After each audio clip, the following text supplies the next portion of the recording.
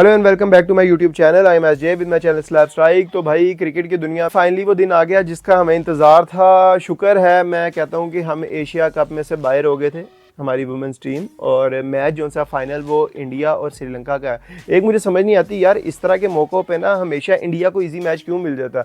पता नहीं इन्होंने किस तरह के स्केड्यूल बनाए होते हैं यार। मैं तो यहाँ पे दुआएं कर रहा था कि काश हमारा मैच किसी छोटी टीम के साथ आता, लेकिन हमारे साथ चाहे मेंस हो चाहे वुमेन हो, हमारे साथ ना हमेशा ही ऐसा होता है। क्योंकि हमें क्रिकेट एक हमारी ऐसी है, उसके बाद हमारी हालतें इतनी बुरी होती हैं, बिल्कुल हम एट द एंड हम एज पे खड़े होते हैं। वहाँ से सिर्फ हमें पीछे से हवा भी अगर तेज़ लग जाए ना और वहाँ से हम गिर जाते हैं। और इसी तरह हुआ है कि हम बिल्कुल सेमीफाइनल के पास खड़े थे, जीत भी सकते थे, लेकिन हमें हवा लगी और हम गिर गए और हम इस टूर्नामेंट से बाहर हो गए। और मेरे ख्याल से टूर्नामेंट से बाहर होना ना हमारे लिए कम से कम अचीवमेंट है, और हम किसी बड़ी बेइज्जती से बच गए। देखो वो बड़े लोग कहते हैं ना कि यार एक बड़े नुकसान से बेहतर होता है आपको छोटे छोटे अगर कोई नुकसान हो जाए ना, वो बेहतर होते हैं बजाय कि आपका कोई बड़ा नुकसान हो। तो मुझे भी कम से कम इसके अंदर यही नज़र आया मैच हारने के बाद। मैं तो पॉजिटिव था, मैंने इसके अंदर यही पॉजिटिविटी निकाली है। यार देखो हम श्रीलंका से हार गए ना, कोई मसला नहीं, सेमीफाइनल तक पहुंचे, श्रीलंका से हारे, कोई इशू नहीं है।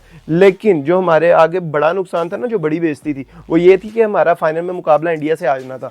और अगर हमारा इंडिया के साथ मुकाबला आ जाता और उसके बाद जो हमारी हालत होनी थी वो तो हमें अभी से पता है। क्योंकि मैं आपको पहले भी वीडियोज़ में बता चुका हूँ कि जब इंडिया और पाकिस्तान का मैच आए, चाहे वो क्रिकेट का मैच हो, मेंस हो वुमेन्स हो, कोई हॉकी का मैच हो, किसी जगह पे कोई भी मैच हो ना, मैं वहाँ पे सुकून से ना हाथ खड़े कर देता हूँ और मैं प्रेडिक्ट कर देता हूँ आंखें बंद करके, भाई इंडिया।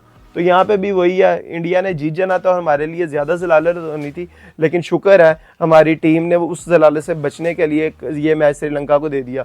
और हमें मैच ना हारने का भी इतना भी दुख नहीं है, क्योंकि वो हम भी वही पुरानी बात कि हम पहले भी ये कहते आ रहे हैं कि कम से कम तुम लड़के हारोगे ना, हमें दुख नहीं होगा।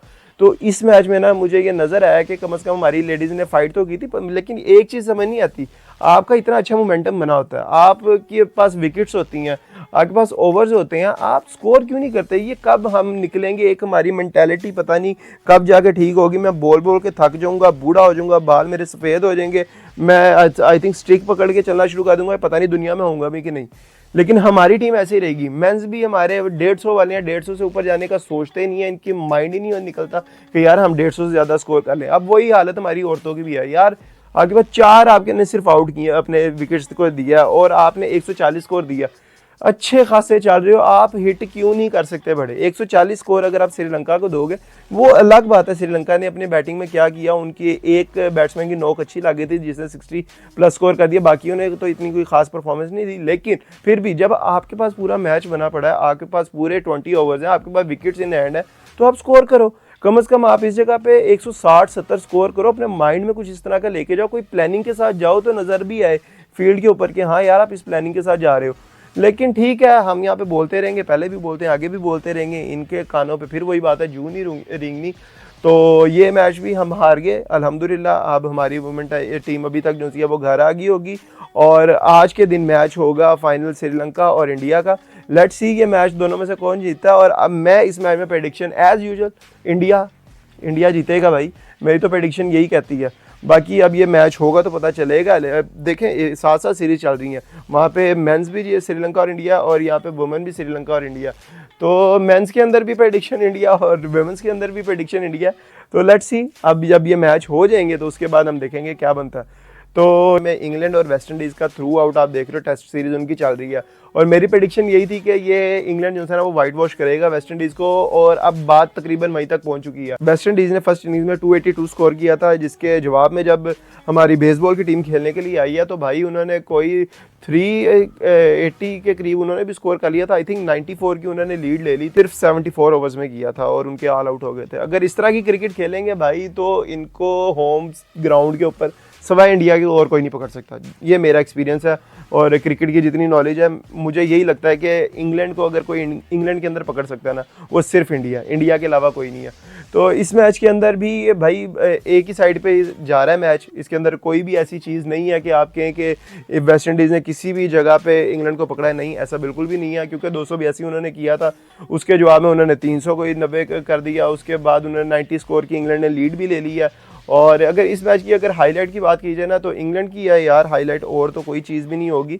इंग्लैंड की तरफ से जो रूट ने स्कोर किया 87 स्कोर उन्होंने कर लिया, और जो मैं आपको पिछली वीडियोस में बता रहा था कि वो रिकॉर्ड बनाने जा रहे हैं और वो 7 नंबर पे आ जाएंगे, leading most run scorer in test cricket, तो वो फाइनली उस रिकॉर्ड को अचीव कर चुके हैं।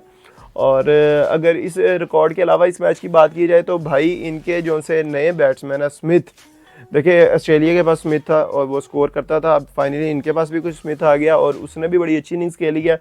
उसके अलावा अगर बात करें इनकी इनिंग्स में, बेन स्टोक उन्होंने भी काफ़ी अच्छी इनिंग्स खेली है। देखें ये वो वाले प्लेयर्स है कि जिसमें सब ने 50 की हैं, लेकिन हाँ जिसकी मुझे पर्सनली इस मैच में जिसका दुख है वो एक ही बंदे का है, जो स्मिथ जिनका मैंने बताया, उन्होंने 95 स्कोर किया था। आई थिंक कि वो सेंचुरी डिजर्व करते थे, लेकिन सिर्फ 5 स्कोर की वजह से वो सेंचुरी नहीं कर पाए। और ये ना बेसबॉल का मेन मसला ही बेसबॉल का, जिस तरह के वो स्ट्राइक रेट के साथ चल रहे थे ना, तो मुझे यही लग रहा था कि ये यार बच जाए, मैं ऐसे ही कर रहा था कि यार बच जाए, क्योंकि उसको चांसेस भी मिल रहे थे और वो ऐसे खेल भी रहा था कि जिसकी वजह से वो सिर्फ मुझे ऐसे लग रहा था कि वो जल्दी करने के चक्कर में है कि यार मैं जल्दी ख़त्म करूं। उसको अपने पर्सनल माइलस्टोन से कुछ भी नहीं था कि वो फर्स्ट सेंचुरी करने के लिए जा रहा है, उसको ये था कि टीम की जितनी मैक्सिमम लीड हो सकती है, और उसने वो किया भी, 95 स्कोर किया। और 94 की लीड जो सी किया वो आई थिंक इसी की बैटिंग की वजह से, जितनी इसने फास्ट बैटिंग की थी। अगर इसके अलावा हम इस मैच की बात करें तो दूसरी इनिंग्स जो सी है वेस्ट इंडीज़ की वो स्टार्ट हो चुकी है, और जब भी मैं ये वीडियो रिकॉर्ड कर रहा हूँ अभी तक उनके 2 आउट भी हो गए हुए हैं, और 2 आउट के बाद उनका स्कोर भी अभी सिर्फ कोई 25-30 ही था।